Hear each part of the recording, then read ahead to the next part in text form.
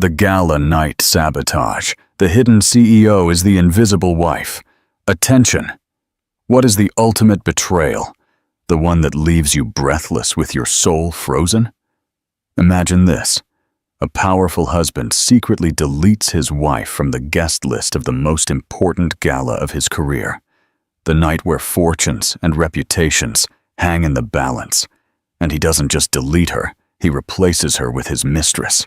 He wanted her to be invisible, a boring wife with insignificant hobbies he had long outgrown. He told everyone she was indisposed. He thought he had won. He believed he had orchestrated the masterstroke, the perfect disappearance. But what happens when the indisposed wife he just erased from the map shows up not only at the gala, but as the event's principal sponsor? Before we dive into this whirlwind of ambition and revenge, tell us in the comments, what corner of the world are you reading this story from? We'd love to know. And at the end, don't forget to rate it from 0 to 10. Enjoy the story. The air in the exclusive Drake penthouse in Manhattan's Upper East Side was thick, almost museum-like. Stunning, climate-controlled, impeccably decorated with oversized abstract artwork and polished white marble floors that reflected the light of the city. But despite its beauty, it was utterly devoid of life, of warmth. For Harper Vaughn, the silence was the loudest part of her existence. It was a constant hum, a sharp reminder of the chasm that had opened between her and her husband, Gabriel Drake. To all appearances, they were a power couple. Gabriel was a senior partner at the prestigious law firm Sterling. Draper and Pierce, a man whose ambition was as sharp and meticulous as the tailored suits he wore. Harper, to the outside world, was the elegant, modest wife, the perfect hostess, the quiet one. A role she had once played with love, but now wore like a heavy lead cloak. The change had been gradual, a slow erosion over the past few years. Gabriel's successes had inflated his ego until it filled every room, leaving no space for her. He had begun to view her not as a partner, but as an accessory, a beautiful, well-behaved ornament to display at galas and dinners. He had forgotten the woman he married, the brilliant-minded software architect with a fire in her eyes. He had deliberately stopped asking about her work. "It's just some computer thing, isn't it?" he had once said, with a derisive wave of his hand, when a friend asked. "Keeps her busy?" Harper hadn't corrected him. She had let him believe it, allowed him to think her company, Vaughn Innovations, was a small hobby, a passion project she tinkered with from her home office. She never told him when she landed her third round of funding, when her user base passed 10 million, or when Microsoft had attempted to buy her out for a figure that would have made Gabriel's annual salary look like a rounding error. Her silence was her sanctuary, the one part of her life he hadn't managed to taint with his condescension. The beginning of the end came on a crisp Tuesday afternoon. Harper was in her office, a sleek, minimalist space that starkly contrasted the rest of the penthouse, deep in a conference call with her development team in Zurich. They were finalizing the launch of Athena, a revolutionary data encryption software already making waves in the tech industry. "Preliminary reports from the beta testers are flawless," said her chief engineer, Lucas Mercer, his voice buzzing with excitement over the speaker. "Security protocols hold. We threw everything we had at it, and it's an impenetrable fortress." A rare, genuine smile touched Harper's lips. "Excellent work, Lucas. Stick to the timeline. I want to be ready for the Q4 launch." She ended the call with a sense of pride and accomplishment, a warm current in her veins. This was hers. She had built it from the ground up, fueled by endless nights, relentless determination, and an unwavering faith in her vision. The door to her office slid open without a knock. Gabriel was there, holding a thick, cream-colored envelope. He didn't acknowledge her call or the schematics on her screen. His attention was focused solely on the invitation in his hand. "It's here!" he announced, his voice ringing with arrogance. "The invitation for the Starlight Foundation Gala." Harper turned in her chair. The Starlight Foundation was the city's premier children's charity, and its annual gala was the absolute zenith of the Manhattan social calendar. It was a night of immense networking opportunities, where fortunes were donated and careers were forged. For Gabriel, whose firm represented the foundation, it was the most important night of the year. "How lovely, dear," she said, her voice even. He walked into the room, placing the envelope on her desk, but keeping his hand firmly over it. "This year is different. I'm on the host committee. Victoria Hale herself told me my speech this year is crucial to securing the Henderson account." He practically vibrated with nerves and ambition. "Everything has to be perfect." Harper glanced at the invitation. It read, "Mr. Gabriel Drake and guest." Not Mr. and Mrs. Gabriel Drake. A small detail, perhaps a simple oversight by the event organizers, but in the context of their marriage, it felt like a paper cut. Small, yet sharp and stinging. "And guest?" she asked, raising a delicate eyebrow. Gabriel had the decency to look momentarily flustered. "It's a standard format they use, darling. Don't be pedantic. Obviously, you are my guest."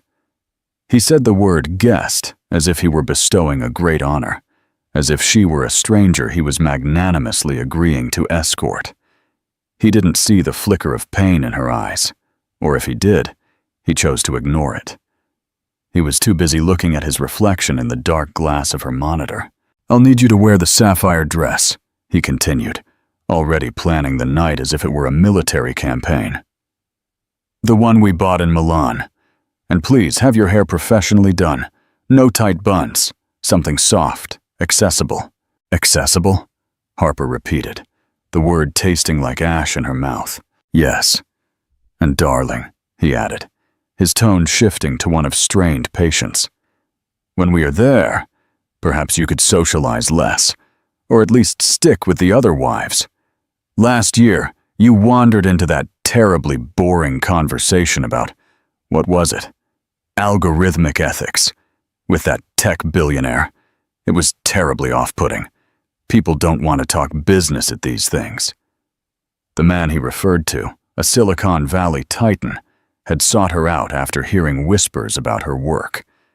The conversation had led to a lucrative consulting contract for Vaughn Innovations. But Gabriel saw none of that. He only saw his wife failing to play her designated role as a silent, smiling accessory. "I understand," she said, her voice a placid lake over an enraged current. "I'll do my best not to be off-putting." Satisfied, Gabriel finally released the invitation and turned to leave. "Good. This is my night, Harper. Our future at the firm. My path to a named partnership.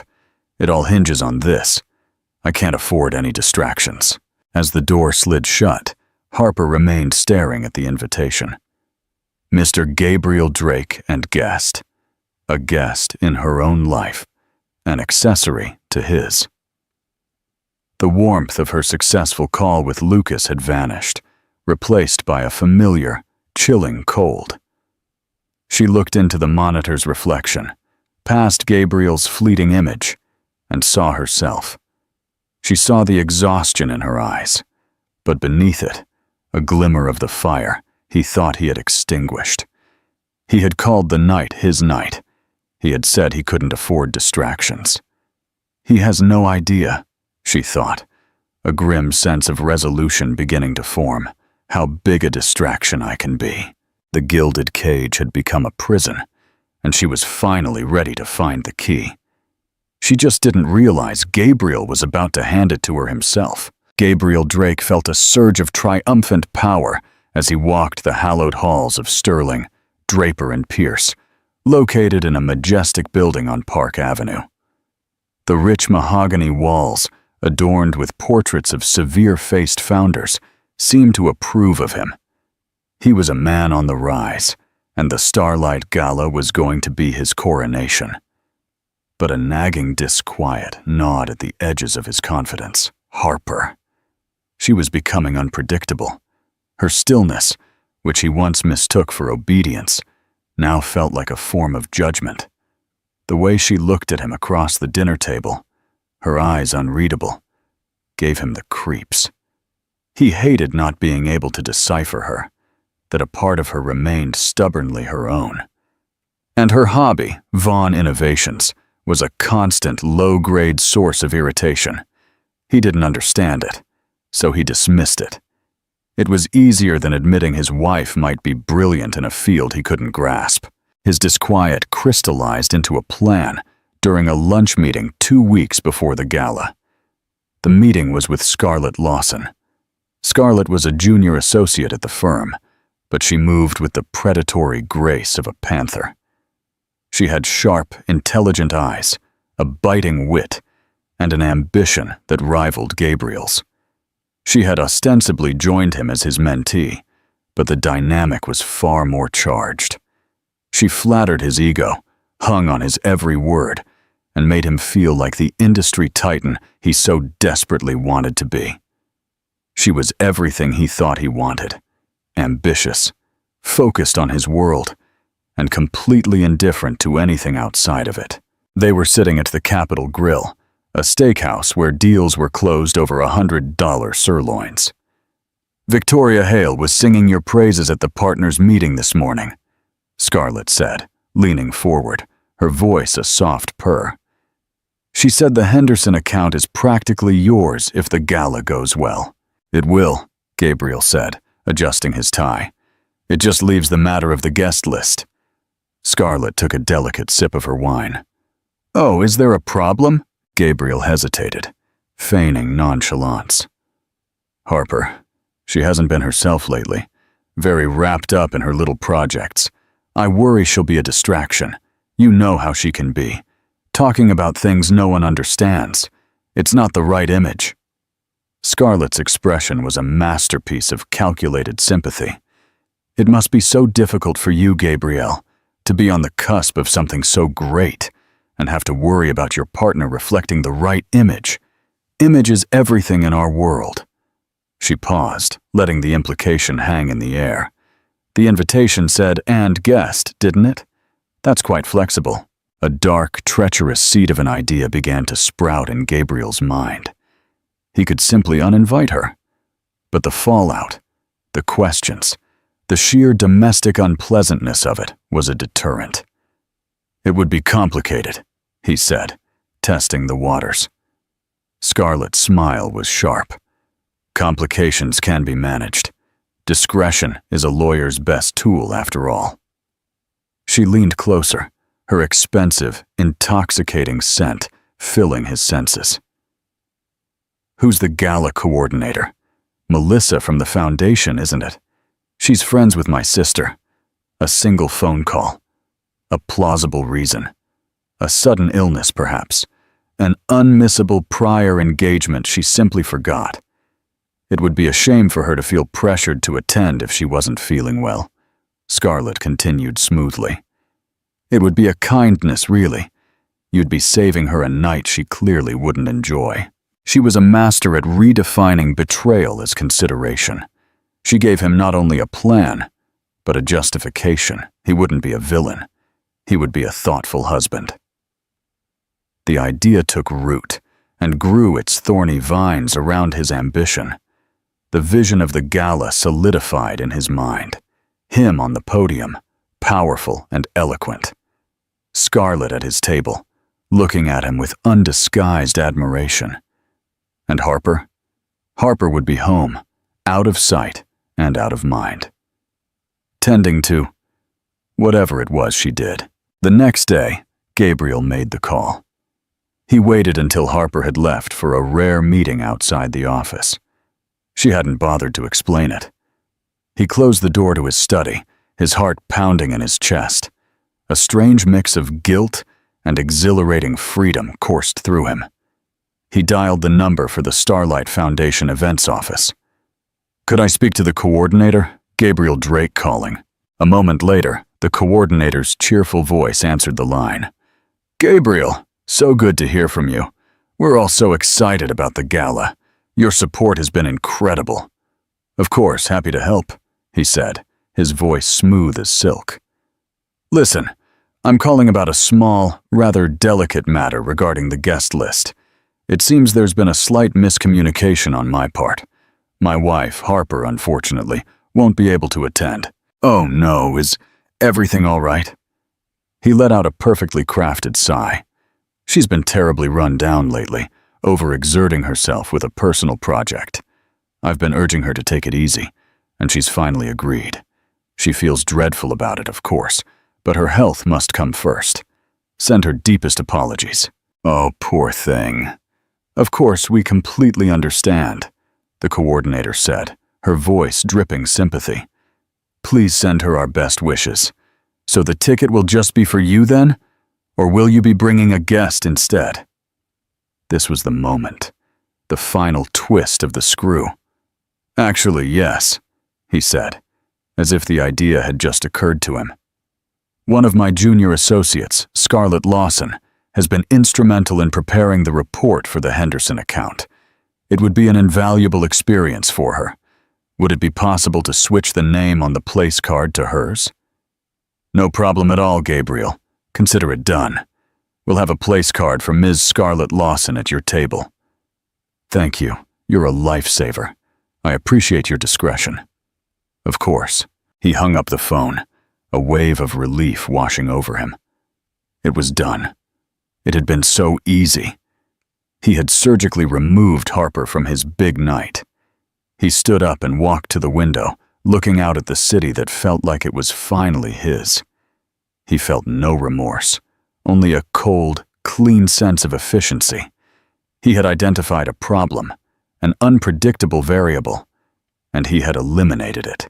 That night, he was unusually charming to Harper. He brought home a bottle of her favorite Chardonnay and never once mentioned the gala. He asked a superficial question about her day, and when she gave a vague answer, he accepted it without pushing.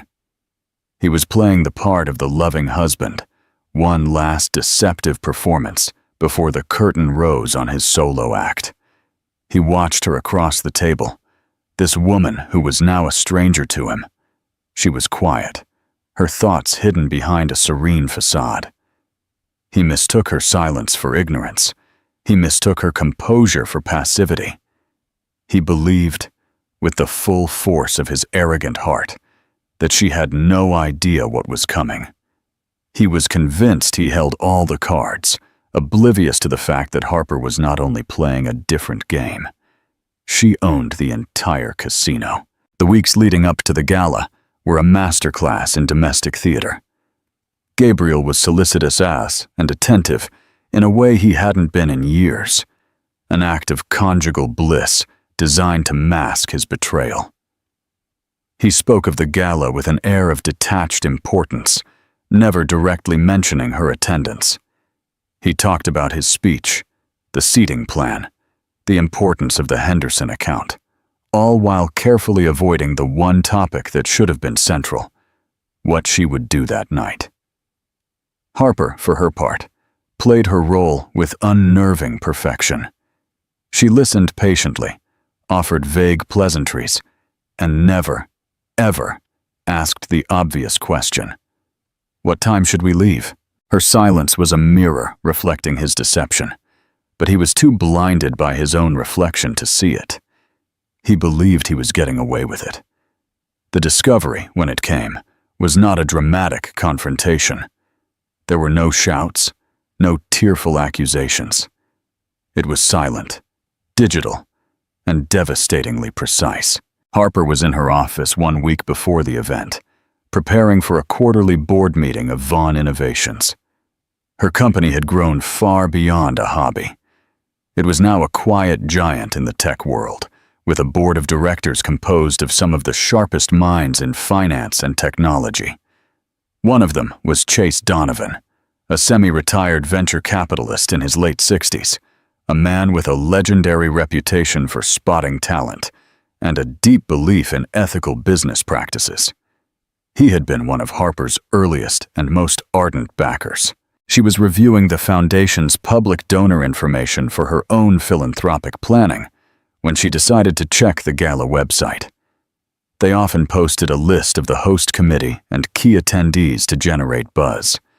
She navigated to the page, a knot of cold dread tightening in her stomach. And there it was, under the host committee, Table 1 heading, printed in elegant digital script. Mr. Gabriel Drake, Sterling, Draper and Pierce. Mr. and Mrs., other host names. Mr. the Billionaire, CEO, Henderson Corp., and Ms. Scarlett Lawson. Sterling, Draper and Pierce. Harper stared at the screen, her breath caught in her throat. Ms. Scarlett Lawson. The name was like a physical blow. It wasn't just that her own name was missing. It was the name that had replaced it. Scarlett, the sharp, ambitious associate Gabriel had been mentoring. The woman whose expensive perfume sometimes lingered on his suits. The betrayal was so cold, so clinical, it nearly took her breath away. He hadn't just excluded her. He had replaced her. He had traded her in for a newer, more convenient model, an accessory that better matched his ambitions. The lie about her indisposition, which she now knew he must have told, was the most insulting part. He had painted her as weak and ill to serve his own purpose. For a long moment she sat there, the hum of her servers the only sound in the room. There was a surge of white-hot anger, a primal urge to storm into his study and throw the laptop at his head. She wanted to scream, demand an explanation, watch him squirm under the weight of his deceit. But then another feeling, colder and far more powerful, washed over her. It wasn't just an insult.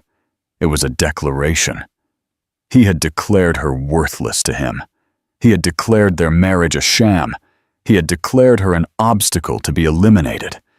And in his declaration, he had given her a gift. Freedom. Freedom from pretense. Freedom from trying to save something already dead. Freedom to be exactly who she was, unapologetically. She did not confront him. To do so would be to play his game, to descend into a messy, emotional battle that he would twist and manipulate. He would call her hysterical, paranoid. He would make her doubt herself, making her believe she was overreacting. No, this required a silent execution. Her fingers, steady and deliberate, moved from the mouse to the phone. She did not call Gabriel. She did not call a divorce lawyer. Not yet.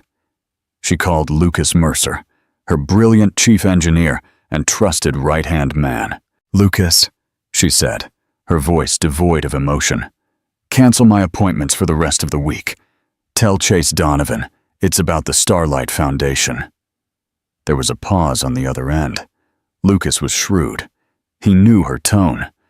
This was not a business call. This was something else. "Right away, Harper," he said.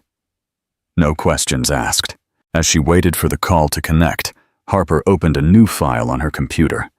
It was a secure, cryptid document. The title she typed was simple: Exit Strategy. A few minutes later, her private line buzzed. "Harper, dear." Chase Donovan's warm, grave voice filled the room. "Lucas said it was urgent. Everything all right with the Athena launch?" "The launch is perfect, Chase," Harper said, a new and steely resolve hardening her voice. "Everything is on schedule. In fact, I'm thinking of moving up the timeline for our new philanthropic division." Donovan sounded intrigued. "I thought that was a year out."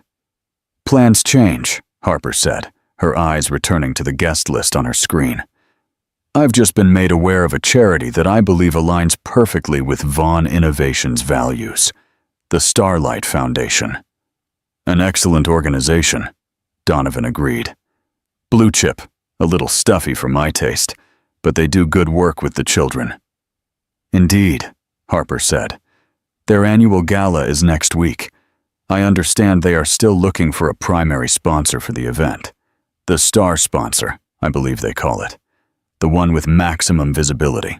Donovan remained silent for a moment, the gears turning in his astute mind. He knew Harper. He knew her methodical nature. This was not a whim. It's a 7-figure commitment, Harper, and highly public. I am aware of the cost, she replied, her voice unwavering. And visibility is precisely the goal. Chase, I need you to make a call. I want Vaughn Innovations to be the sole principal sponsor of the Starlight Foundation Gala. I want our name on everything. The banners, the program, the stage, and I want it done by close of business tomorrow. Can you make that happen? There was another pause, a longer one. Chase Donovan did not get where he was by being slow on the uptake. He could feel the undercurrents, the unsaid story behind this sudden massive commitment. He didn't need to know the details. He only needed to know that his faith in her was well placed. Consider it done, he finally said, a hint of admiration in his voice. They'll fall over themselves for it. The publicity for us will be immense. The publicity is secondary, Harper said quietly, her gaze fixed on Scarlett Lawson's name. This is about sending a message, a clear, unequivocal message. She ended the call and leaned back in her chair. The anger had subsided, replaced by an icy calm. Gabriel thought he was closing a door on her. He had no idea she was about to buy the entire building and evict him. The game had changed. He had made his move, and now she was about to make hers. And it would not be quiet. The week that followed was a marvel of quiet, furious activity. For Gabriel, it was a week of blissful ignorance. He was consumed with polishing his speech, coordinating key talking points with Scarlett, and reveling in the anticipated glory of his impending triumph.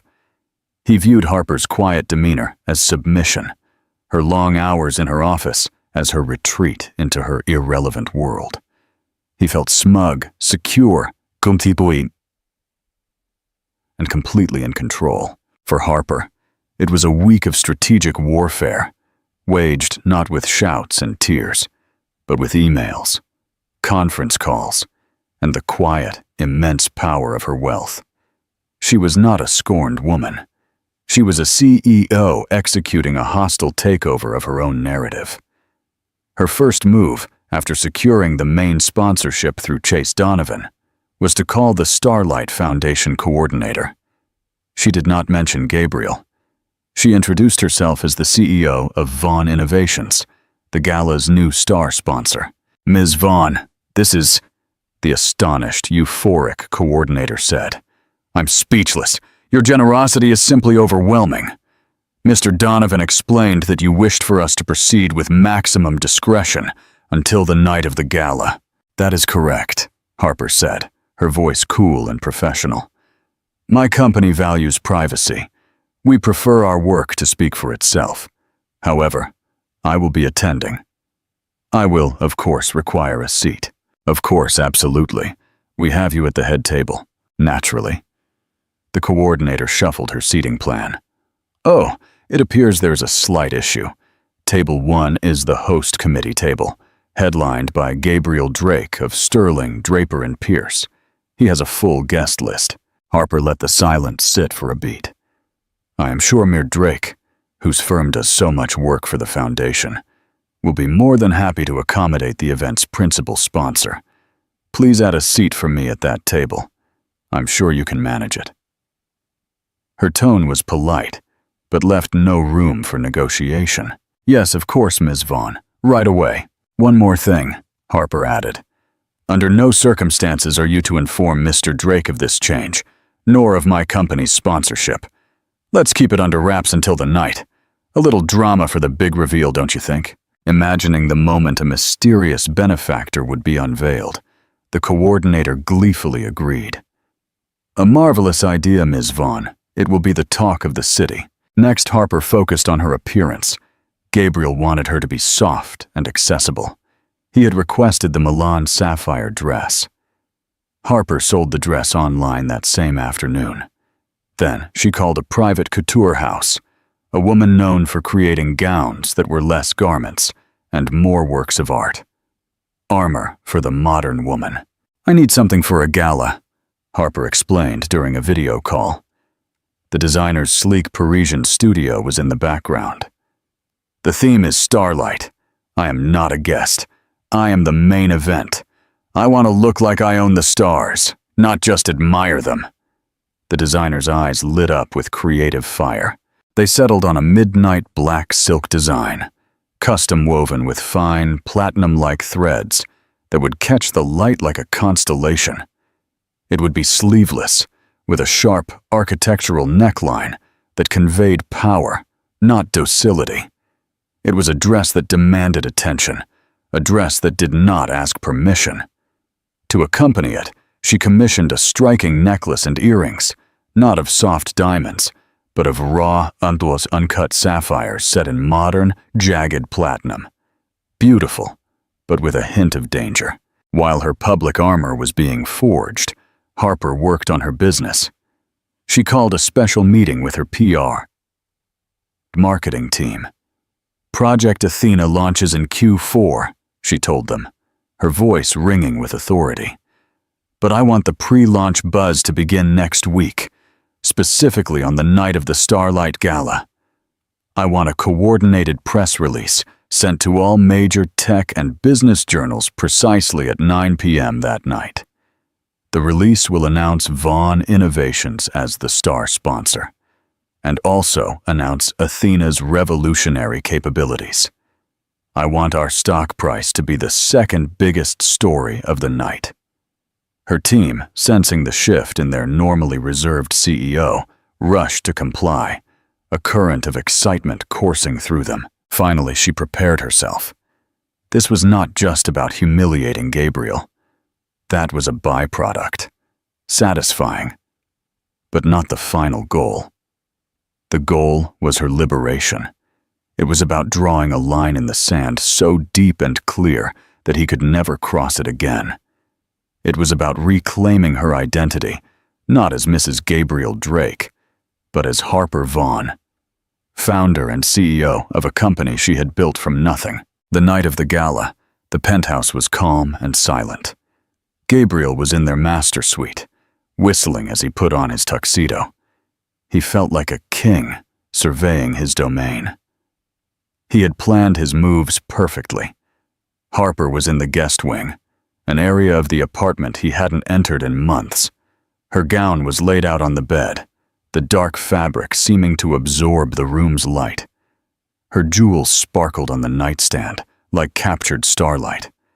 Lucas had arranged a private car to pick her up.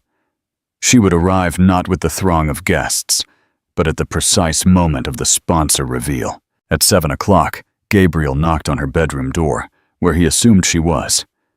"Harper, I'm leaving now. Scarlett is waiting for me there," from the far end of the long hallway, behind the closed door of the guest suite. Harper heard him. She was standing before a full-length mirror, a vision of midnight and power. She said nothing. Her silence was her answer. Gabriel waited one moment longer, then shrugged, a cruel smirk dancing on his lips.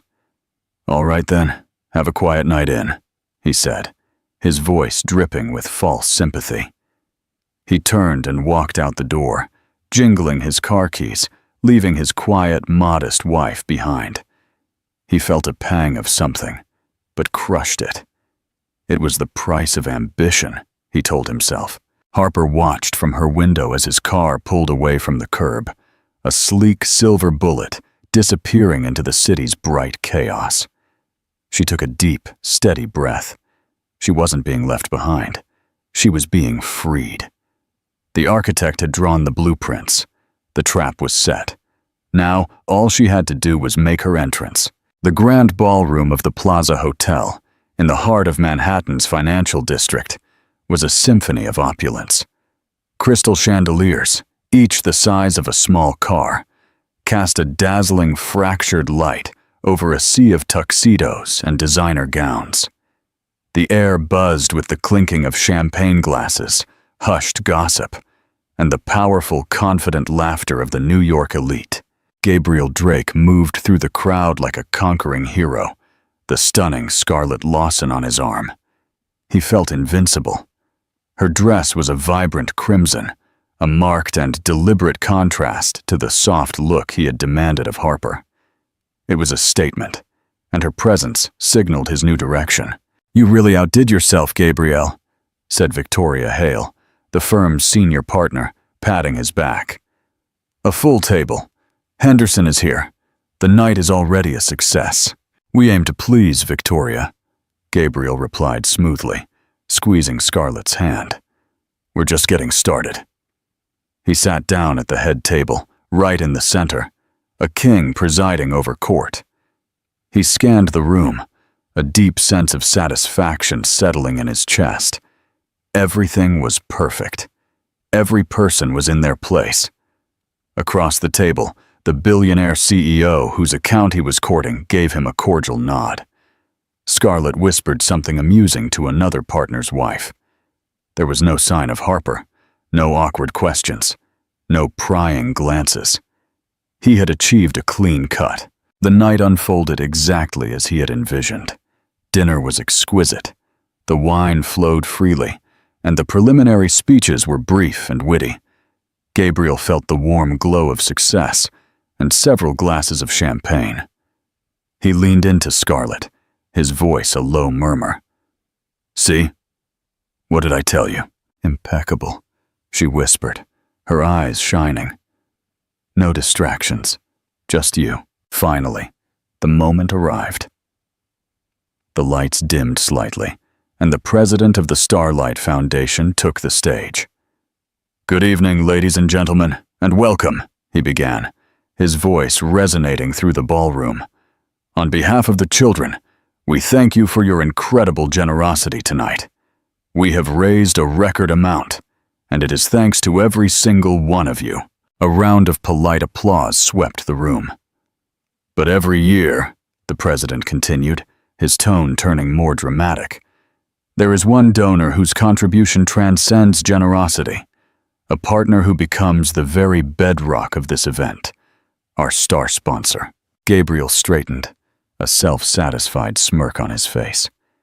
He knew who the habitual corporate sponsors were. It would be a bank or a major corporation. He was ready to lead the applause for the faceless entity that had paid for the night. "This year, we were approached by a new partner," the president announced, genuine excitement in his voice.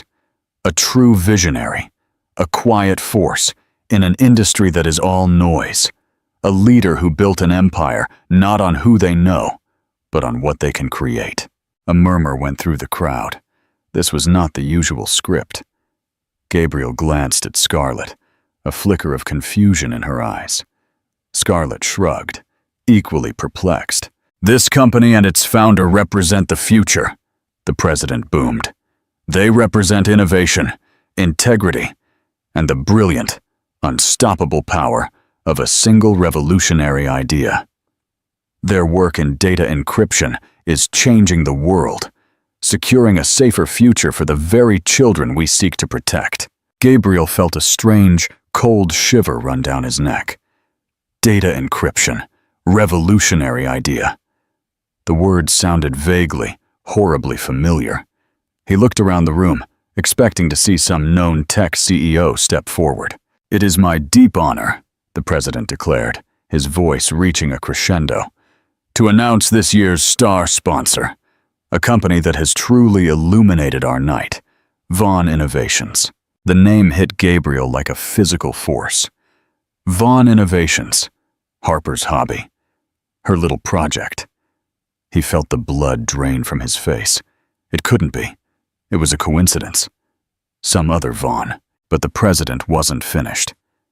"And please, everyone, on your feet, as we welcome the architect of this incredible generosity, the founder and CEO of Vaughn Innovations, Ms. Harper Vaughn." As he spoke the name, the great double doors at the end of the ballroom flew open, and she was there. For a moment, there was total silence, a collective gasp from 300 of the city's most powerful people. Harper stood poised in the doorway, a breathtaking figure of power and control. Her midnight silk gown drank the light, the platinum threads shimmering like a distant galaxy.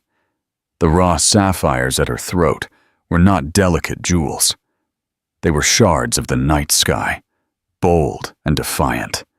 Her hair was pulled back in a sleek, severe style that highlighted the sharp line of her jaw. She was not soft. She was not accessible. She was magnificent. Then the reaction began. It started in the front row with Chase Donovan, who was already standing, a proud smile on his face.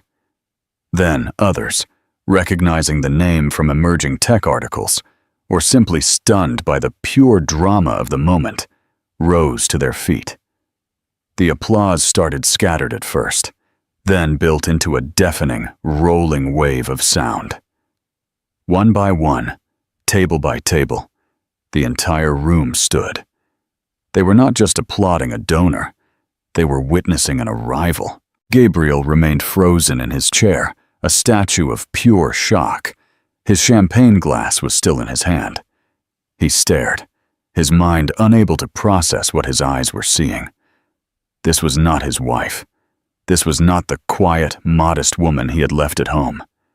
This was a supernova, a celestial event dressed in midnight silk and captured starlight. Scarlett Lawson was equally stunned, her face a mask of disbelief and dawning horror.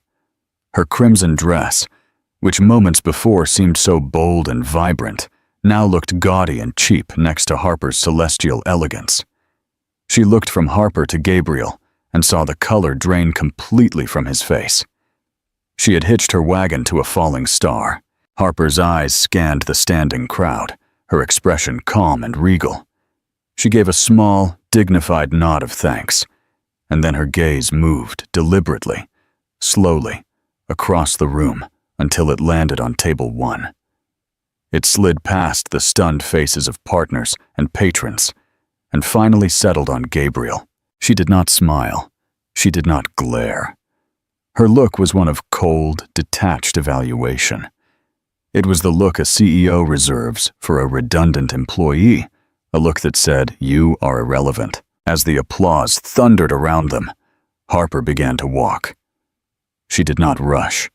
Her steps were measured, her posture perfect. She moved through the standing crowd, which parted for her as if by royal decree.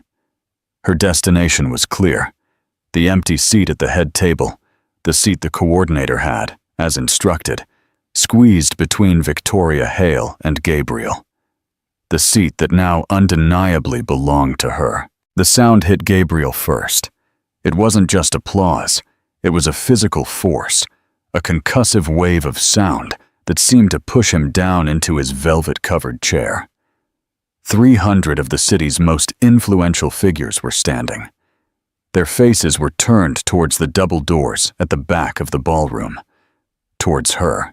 His mind stuttered, refusing to assemble the pieces into the terrifying image his eyes were showing him. As she began to walk, Gabriel felt a primal urge to hide, to shrink beneath the table.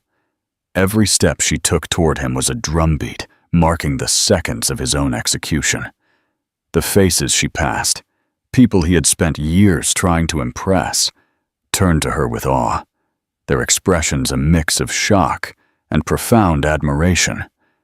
They were a jury, and with every clap, they were delivering their verdict. He was frozen in a nightmare of his own making, the lone, seated fool in a sea of standing admirers, next to a woman in a garish crimson dress, who now looked as lost and terrified as he did. For Harper, the applause was distant noise, background music for the single, clear purpose driving her forward. She had spent years navigating rooms like this as a shadow, her presence acknowledged only through her husband. Tonight, she was not an accessory. She was the focal point. She saw faces she recognized, rival CEOs, bank scions, society doyens, their mouths slightly agape. In their eyes, she saw her own reflection, not as Mrs. Drake, but as the powerful, enigmatic Ms. Vaughn, the identity she had forged in silence, now revealed in a symphony of acclamation. Her deliberate, quiet stride brought her to table 1. The air here was thick with unspoken shock. A waiter, his professionalism a small island of calm in the chaos, smoothly pulled out the chair that had been squeezed between Victoria Hale and Gabriel. It was a throne, disguised as a seat. Victoria Hale, a woman whose face was usually an inscrutable mask, recovered first.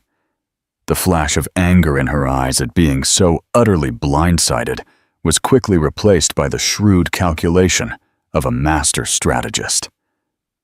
She saw the new chessboard laid out before her. "Harper!" she thundered, her voice a theatrical performance of delight as she seized Harper's hand. Her grip was firm, respectful. "My dear, we are speechless, utterly speechless. Your generosity, your vision, it is a profound honor to have you with us." She was not just being polite. She was publicly aligning herself with the new center of power. Harper tilted her head, accepting the tribute. "Victoria, lovely to see you in such fine form." Her calm reply was a master stroke, establishing that she was not overwhelmed, but completely at ease. She then turned to the billionaire CEO, whose account Gabriel had desperately sought to win. A gruff, self-made man with no patience for pretense, he was already standing, his smile wide and genuine. He admired strength, and he was looking at its personification. "Ms. Vaughn," he said, ignoring the others to shake her hand. "The honor is all mine. I just read a preliminary brief on the ethical data cipher last month. I had no idea the mind behind it was right here in our city. Gabriel, you old dog. You never mentioned your wife was a titan." The comment was ostensibly a compliment to Gabriel, but the undertone was sharp, questioning. Gabriel felt a wave of heat crawl up his neck. He saw a lifeline and grasped it with clumsy desperation. He pushed himself to his feet, trying to arrange his face into a mask of proud, surprised joy. "Darling!" he exclaimed, his voice a forced, unnatural imitation of delight. "What a surprise! You should have told me you were planning something so spectacular. I was so worried when you said you weren't feeling well." He reached out for her arm, attempting to reclaim his role as husband, the one privy to the secret. Harper moved her arm just slightly, an almost imperceptible motion, but enough so that his hand grasped only air. She looked at him, truly looked at him, and her gaze was cold and clear as Arctic ice. "I wasn't well," she repeated, her voice dangerously soft, yet it cut through the persistent hum at the table. "No, Gabrielle, I think the word you're looking for is underestimated, but I have never felt better." The public refusal, the silent correction of his lie, landed like a perfectly thrown dagger. Gabriel winced, his pathetic smile dissolving, the blood draining from his face, leaving behind a waxy, pale sheen. Having dismissed him, Harper's gaze slid past him and settled, for the first time, on Scarlett Lawson. Scarlett, who had remained frozen in a state of horrified paralysis, visibly shrank under the cold, critical scrutiny.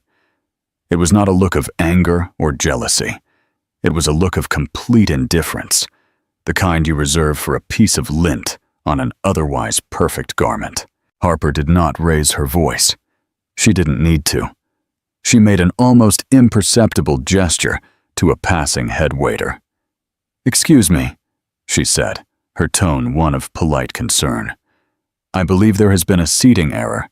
This young lady appears to have wandered away from the junior associate section over there." She vaguely gestured toward the back of the ballroom. "Perhaps you could help her find her correct table."